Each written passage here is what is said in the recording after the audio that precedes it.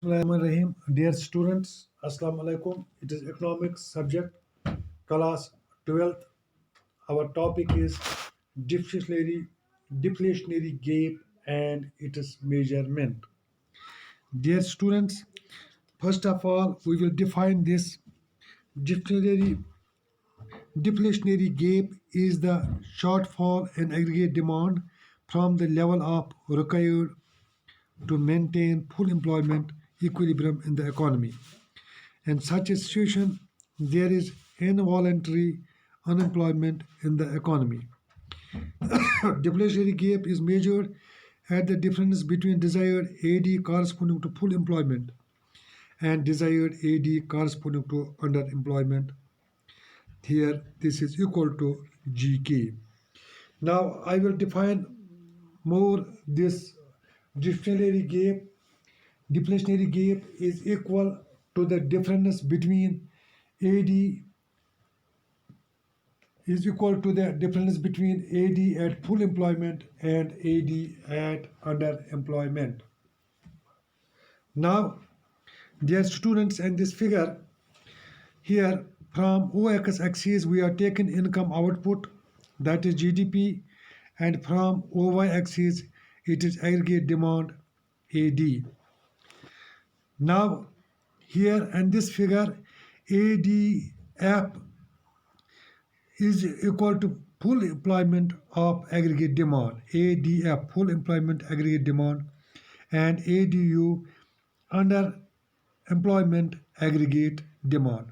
Here GK is equal to GK is the difference between ADF and ADU. Now, dear students, and this figure there is a deflationary gap and the economy equal to GK. This emerges because factors are not fully employed and the economy is operating in a situation of underemployment equilibrium. Now, dear students, I think it is now clear to you. Now, what are the here deflationary gap is equal to deficient demand, that is equal to ADF minus ADU is equal to GK. Now, what are the causes of deficient demand or deflationary gap? And a closed economy with no government absent of AD in the economy may be explained in the terms of following principal factors. Number one is that is reduction in private consumption expenditure. Private consumption expenditure is an important component of AD. Reduction in private consumption expenditure causes a serious deficiency in aggregate demand. Private consumption expenditure may reduce owing to several reasons. However, the most important in reduction in propensity to consume or increase in the propensity to save. In advanced economics MPS increases in MPS means marginal propensity to save may occur simply because of higher level of income. And number two is reduction in investment expenditure. Investment expenditure is the other important component of aggregate demand, and a reduction in first implies a reduction in aggregate demand. Investment expenditure may be reduced in situation of poor business sentiments.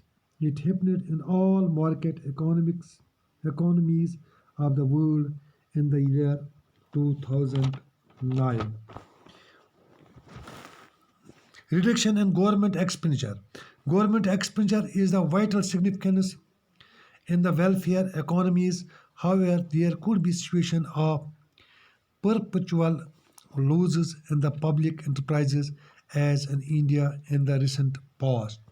In such situations, instead of making fresh investments, the government may resort to disinvestment, implying acute and aggregate demand. Next is decline in exports. Decline in exports may occur due to lack of demand in rest of the world. And the next is rise in imports. Imports may rise when international prices are lower than the domestic prices. A rise in imports implies a cut in aggregate demand. We we know imports are a negative component of aggregate demand. And next and the last is increase in tax rates. Increase in the tax rate leaves lesser disposal income with the people. It reduces their capacity to spend even when their propensity to spend remains the same. Lower disposable income means lower level of aggregate demand. Now, what are the consequences when AD fails to cope with fuller employment of the factors? Producers tend to build up unwanted inventory stock, actual stock less than greater than desired stocks. Number two, idle inventory stocks would force the producers to plan lesser production, implying a cut in planned aggregate supply. Next, in cut of planned aggregate supply implies a situation of reduction in the level of planned output, and next, reduction in the level of planned output causes a situation of reduction in employment. It implies a reduction in the level of income. The economy is caught in a low level equilibrium trap where income is low because demand is low, and demand is low because income is low. In a situation of deficient demand, the economy is caught in low level of equilibrium trap. Level of income is low because demand is low, and demand is low because income and employment is low. I hope now, dear students, it is now clear to you, and tomorrow I will discuss with you excess demand. Assalamu alaikum.